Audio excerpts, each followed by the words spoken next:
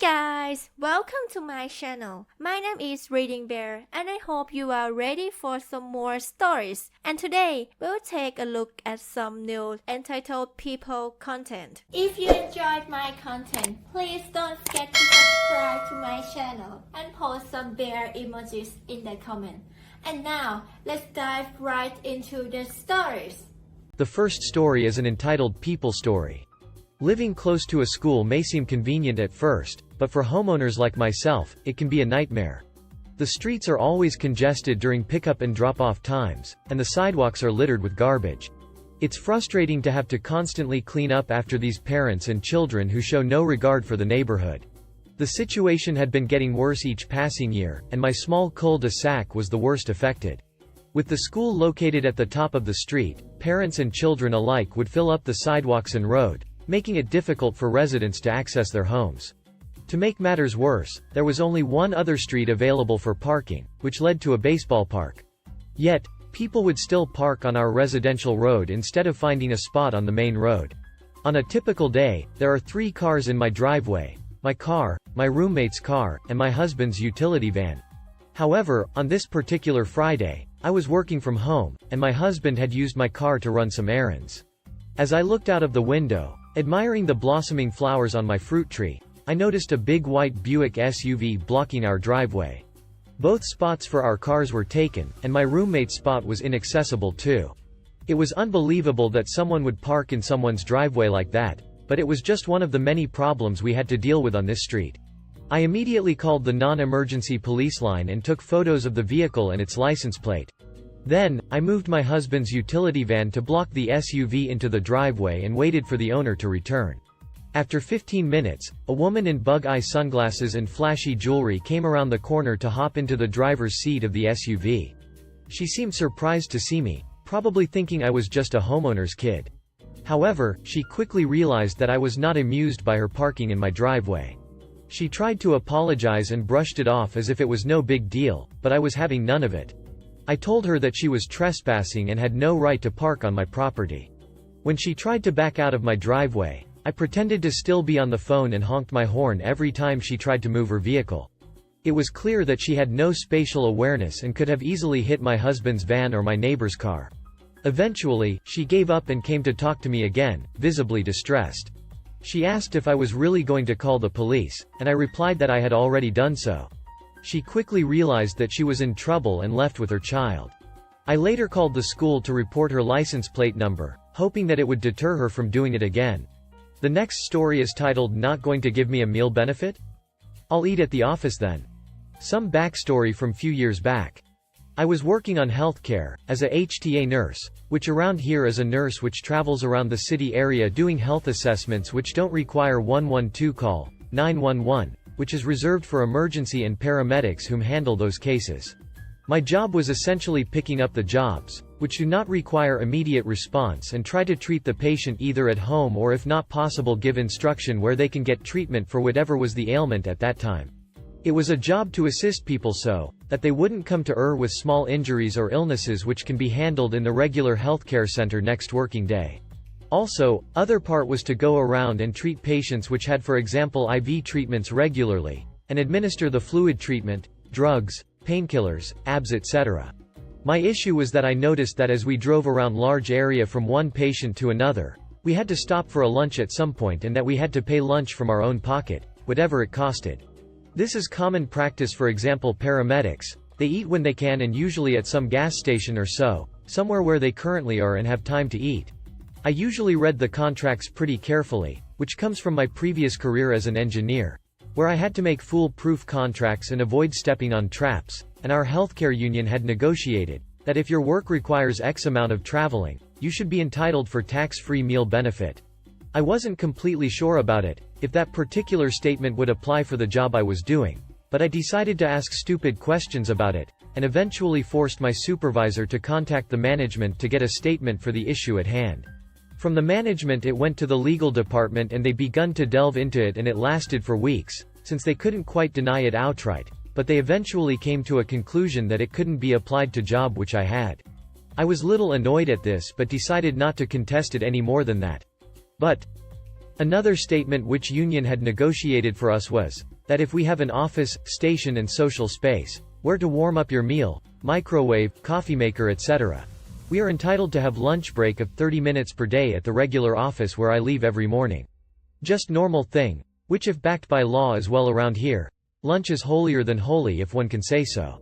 I mentioned earlier that our area was rather large, so if I was working on northern parts for example, it could take some 2h driving there, spend 4h with patients around that area, and then drive back to station, in 8h shift. So I agreed with the bosses that I drop the issue with the meal benefit, and will eat at office instead, and they agreed on this and I got it in written email that I could do that.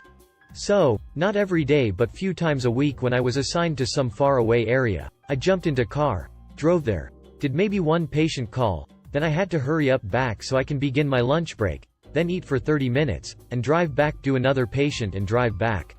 That's awful lot of driving and wasted time. Eventually I was confronted about this and I explained that because I can't afford eat lunch every day, I just have to eat my own cooking at office, and that as we don't have the meal benefit I am practically forced to drive back and forth so that I can have my prescribed by law lunch break. They were dumbfounded at first, but they could not squirm out of it at all. Problem was that the common practice had been for God knows how long, that paramedics and such just went along and paid their own meals, as they never knew better. They had always possibility to go back to station to eat, and I am quite sure that we all were entitled for that meal benefit, since it is prescribed by law and union agreements in a way, that if you can't eat in regular way at the office, you are entitled for the meal benefit instead. But no one had really contested it earlier. So they were dumbfounded and asked me not to do it in future, but I responded to that are they going to get the meal benefit running for the department or not? Because if they are not going to do it, I am entitled to eat at the station. The discussion went on while longer on the subject, but eventually they caved in. They arranged the meal benefit for every nurse and paramedics on the department, as they couldn't find a way out otherwise and couldn't have us driving back and forth and not performing our job. The next story is titled When My Parents Were Thrown Out of a Child's Birthday Party Because They Asked the Stupidest Thing Imaginable. For those who read my previous post about how my parents tried to cancel my 14th birthday, they knew very well what my brother was like during birthday parties that weren't his own. And they tried to enable his behavior in any way they could just because he's high-functioning autistic. Well, that rampant spoiling didn't go well with people outside of the family. Like at all. This happened I think when my brother was around 6 to 7 years old. A neighbor boy down the street was having his birthday party. And my brother got invited because they were sort of friends. But probably because they knew my parents would bring a gift. And they did. Don't remember what it was though, nor do I really care. My parents dragged me along to this party, even though I'd have rather stayed home and played video games. I was bored and sitting down almost the entire time. So I got to witness pretty much the whole situation. It started when my brother was caught picking up gifts off the table and shaking them. The mother of the birthday boy told him to stop, and my parents tried to defend my brother and say he was harmless. But the lady knew what my brother was really like and had my parents move him away from the presence. There were some games that the kids were playing. Don't remember what they were. But I do remember my brother tried to be the center of attention as much as possible. With each game the birthday boy got first pick, turn on them all because it was his birthday. But my brother freaked out because he didn't get to be first. And my parents did ask the birthday boy's mother if my brother could get the first picks, turns. And the lady not only refused, but told my parents to get my brother under control or we'd all be asked to leave. Then came time for the cake. The mother lit the candles for the birthday boy and the adults started singing the "Happy Birthday" song. They only got as far as singing the birthday boy's name in the song before my brother burst into a tantrum at the table. He grabbed the side of the table and started trying to violently shake it. My parents had to hold my brother back for a moment. And then I saw my mother go up and talk to the mother of the birthday boy again about something. And the poor lady looked positively disgusted. And I learned later that she'd asked her to let my brother blow out the candles first and then they could redo it. The lady told my mother that it would be best if we left, and then they went back to trying to redo the birthday song. Well, my brother couldn't take it and ran to the table and shoved the whole cake right at the birthday boy. I mean, he used his arm to literally clothesline the cake and heave it right into that poor kid's face. The whole room was silent for a few seconds. And then a bunch of the kids started laughing. Then the birthday boy started crying. And the adults were all mortified. Except for my parents. My mother just started hugging my brother tightly and acting like a Karen by saying this could have been prevented if they'd just let my brother blow out the candles first. The mother of the birthday boy was cleaning up chocolate cake off her son and screamed at my parents to get out. The other kids there started crying because it had finally hit them that now there was no cake. My mother started dragging my brother out, but he broke free of her and then pushed over the table with all the presents on it. I grabbed him and held him in a headlock till my parents grabbed him. I apologized profusely to the mother of the birthday boy and said I wasn't on my parents' side in the matter. Yeah, that's right. Little 12-year-old me had to apologize for my own parents. My dad yelled to me to get moving or I could walk home. I said I'd walk home. It was literally a quarter-mile down the street. I stayed and helped clean up the mess my brother made. The lady thanked me and said that I was a good egg. But my brother was just rotten. Someone went out and got another cake while the birthday boy had to take a shower because he was covered in cake. All of the mess was cleaned up, and they redid the birthday song. After the party was over, the mother of the birthday boy wrote something out on a piece of paper. It was a handwritten invoice to my parents for the destroyed cake, along with a written threat to call police as someone there with a camera caught everything. I handed the invoice to my parents and they really didn't look happy when they read it. Then they gave me the cash and told me to take it back to the lady. So I did. And that was pretty much it. Neither that kid, or his family ever associated with my brother or my parents ever again. But the messed up thing is that at another birthday party months later, the same situation nearly repeated entirely. My mother asked the parents to let my brother blow out the candles first. Gave BS excuses as to why. And they outright refused and my mother acted like a total Karen. My brother tried to knock down the cake, I was on guard and intercepted him. Then we were told to leave. It was after that my brother was no longer invited to birthday parties that were not relatives. And then on my next birthday in that same year when I turned 13, my parents tried to get me to let my brother blow out my candles. And my aunt tore into them for that. It was then I guess that my parents decided that if I couldn't share, then next year I shouldn't have a party at all. And any previous readers know how that turned out. The next story is titled She's Having a Seizure? Can you still ring me up? Not much backstory. As you can probably guess from the title, I'm epileptic and have seizures. Thankfully, my store was actually super understanding of my disability and did everything to help me. This is a mixture of what I remember, and what I was told by my managers what happened. There is only one register in the store where you can get cigarettes, lighters, certain more expensive liquor, etc. And I happened to be the one working that register. Everything was going completely fine with the usual customer banter when an aura hit me and hit me hard. For those of you that are unfamiliar, an aura is kind of a warning sign before a seizure that only you can feel, but can do nothing about. It could be a funny smell, hallucinations, the feeling of slipping out of reality, a number of different things. Anyway, for me, this time, it was the feeling that everything was moving in slow motion. Last thing I remember was scanning a box of golf balls and the customer requesting Marlboro Gold, then feeling frozen in place, which apparently I actually was. I heard this right before I blacked out. Guy. Hello? Hello. What the hell is wrong with you? I said I wanted a box of Marlboro Gold. Are you even listening to me? I can't believe this. Marlboro Gold. Do you even know what that iodine monosulfide? Are you an idiot? And then I was gone. I woke up on the floor surrounded by my managers. One customer was awesome enough to go run and get help. From what I understand, the whole time I was on the floor having a seizure, the customers in line were watching this and actually idioting to the managers helping me about how I must be on drugs, and they still expected to be rung up, despite them trying to explain I was having a seizure. They were telling the managers to just step over me, to get their smokes and lighters for them and get to the register, then causing a huge scene when they were refused. They said they actually had to radio security to come and shoo people away. It just blows my mind that people can act this way. Look, I'm sorry I'm having a seizure and can't get your cigarettes for you, but I don't exactly have any control over this. I think you'll survive without your smokes and lighters for a few more minutes. Makes me sad this is the world we live in sometimes. The next story is titled Lady Had a Baby in the Room. For some background, my wife was 38 weeks pregnant with our third kid. The first two were both delivered by C-sections and our local hospital doesn't entertain VBACs, vaginal birth after cesarean. So the whole pregnancy we've planned on traveling to a city just shy of 100 miles away that's more VBAC friendly. Also in the plan is to have the baby at a birth center with a midwife, using the hospital as a backup. 11 days before the due date, my wife has her weekly Monday appointment with her midwife. This lady works with the one in the other city.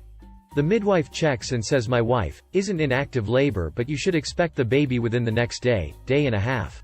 She recommends that we gather our stuff and head to the other city at a more relaxed pace than having to do it in a panicked rush. We bring our 4 and 5-year-olds, expecting to call grandma a bit closer to go time to come watch them. We make the drive and get to town around 5, grab coffee, go out for a leisurely dinner, and check in with the midwife, who tells us to check into a hotel and get some rest. Still no active labor, but she says, "I don't think we'll send you home tomorrow with an empty car seat."